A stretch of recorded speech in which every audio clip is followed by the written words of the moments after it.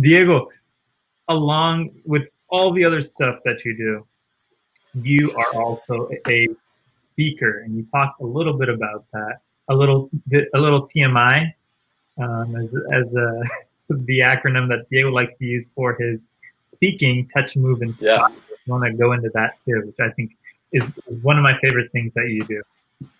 Thank you. When I was a senior in high school, I had this presentation, which funny enough was on my birthday, December 13th. And it was a presentation, and it was called, I think, The Purpose of Life in Miss Thomas's English 4 class. And it was a presentation to the class on what you thought, I think, was the purpose of your life. Mm-hmm. And, I prepared well for it. It actually matched with, I think, like a crazy something, a spirit day for like dressing up. And I would always dress up. I mean, I was a student body president, so I had to give a good example of dressing up. So I remember it was the Christmas theme, so I wore a Rudolph tie. Cool. Context. And I did a great job. I loved it. I loved the presentation. I loved preparing for it and speaking to my audience, and I did a great job. And the teacher then said, wow, it seems like you have a gift with speaking to an audience.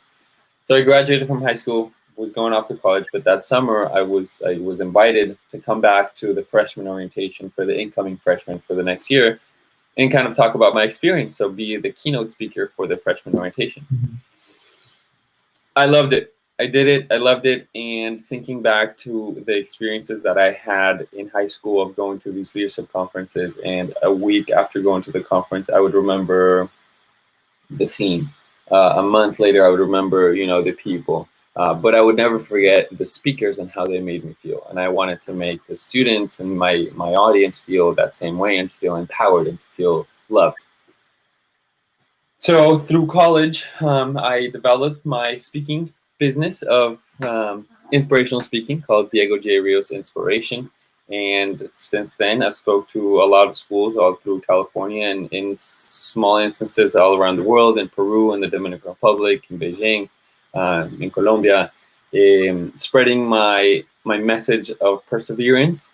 When I came to this country, it was very tough kind of like to fit in, and I tried to be the president and the captain, and there was many times where I failed and I would fall, but then I would get back up, and then I would fall and I would get back up, and then I was pushed down, but then I would get back up. And the perseverance eventually led me to a lot of the accomplishments that I have in my history. So that's where it all started, and it developed, and it's been developing. I think once you enter the real world after graduation, things kind of get put into the back burner because you have to be an adult, right? Mm-hmm. But it fuels me, and it really makes me happy to speak to an audience and to then have them come back to you and say that made an impact on them. And I like to say that sometimes you might only reach one student because you feel like, wow, I don't know if there was enough engagement, right? But then one student, and I remember this specifically for a talk at a freshman orientation, one student came up to me after I had felt like, I don't know if it didn't go too well. Like they didn't seem to engage. And he said, everything you said resonated with me. I felt very inspired by your talk. Thank you so much. And that for me, I was like, I did my job. Like that's enough. If one of the students felt touched, moved, and inspired by my talk, then that's enough. Yeah, TMI. Touch, move, inspire. TMI. That's where TMI comes from. Touch, move, inspire. Yeah, we started early on. Too much information. That's not it. It's touch. Move, that's definitely not it. That's wrong.